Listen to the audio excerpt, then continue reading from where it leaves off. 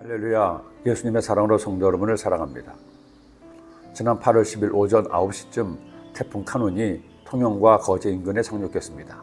뉴스를 보니 통영을 비롯한 남해 많은 도시에 거센 파도가 들이닥치고 강한 비가 몰아쳤습니다. 그 장면을 보는 순간 불현듯 예전 생각이 났습니다. 독일에서 사역하던 시절 아들 아이와 함께 한국에 여행을 한 적이 있습니다. 함께 설악산 대청봉에도 올라갔습니다. 그리고 통영이 좋다고 해서 그것을 가자고 해서 차를 타고 통영에 왔는데 마침 그때도 통영에 태풍이 들이닥쳤습니다. 얼마나 바람이 거센지 그렇게 아름답다는 통영의 바닷가에도 가지 못하고 내내 숙소에만 있었습니다. 새삼 자연 앞에서 사람이 얼마나 하찮은 존재인지 깨닫는 순간이었습니다. 살아가는 동안에 사람은 갖가지 자연재해를 겪을 때가 있습니다. 날씨가 건조해서 산불이 나기도 하죠. 폭우로 하천이 범람하고 홍수가 일어나기도 합니다. 그런가 하면 기후온난화의 영향으로 폭염이 사람들의 숨을 막히게 하기도 하죠. 수시로 태풍이 몰아닥쳐서 숱한 피해를 입히기도 합니다. 그런 일이 벌어질 때마다 느끼는 감정이 있습니다. 사람이 잘난 것 같아도 할 수 없는 일이 참 많다는 생각이었습니다. 어디 자연재해 아니겠습니까? 우리가 사는 삶도 마찬가지입니다.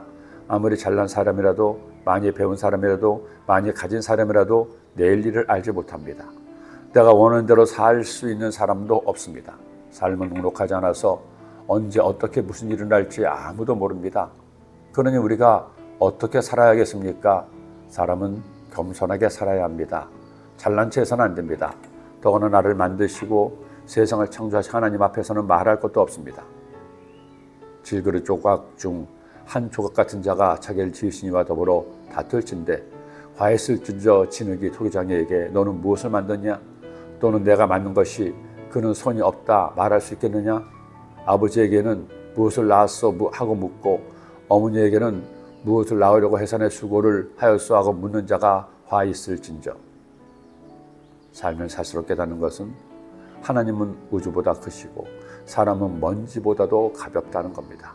그러니 우리가 할 일은 나 같은 자를 택하여 구원하시고 사랑하시며 돌보시는 하나님께 감사하며 살아야 한다는 겁니다.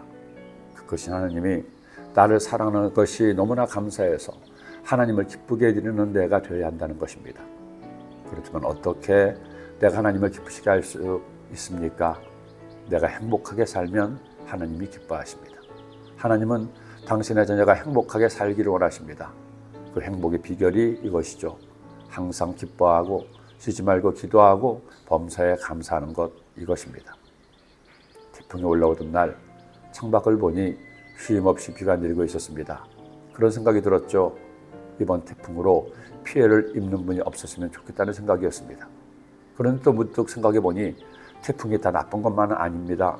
태풍이 불면서 그렇게 무더웠던 폭염이 사라진 것입니다. 장마가 끝나자마자 바로 들이닥쳤던 폭염이었습니다. 하루도 빠지지 않고 35도를 오늘에도 수온조가 뚝 떨어졌습니다. 인생이란 그런 것이라는 생각이 불현듯 들었습니다. 자, 오늘도 이렇게 하루가 시작됩니다. 이 하루를 하나님을 기쁘시게 하는 날로 만들지 않겠습니까? 기도드립니다. 사랑의 예수님 감사합니다.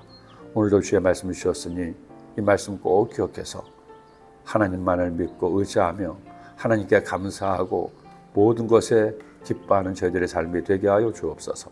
예수님의 이름으로 기도드립니다.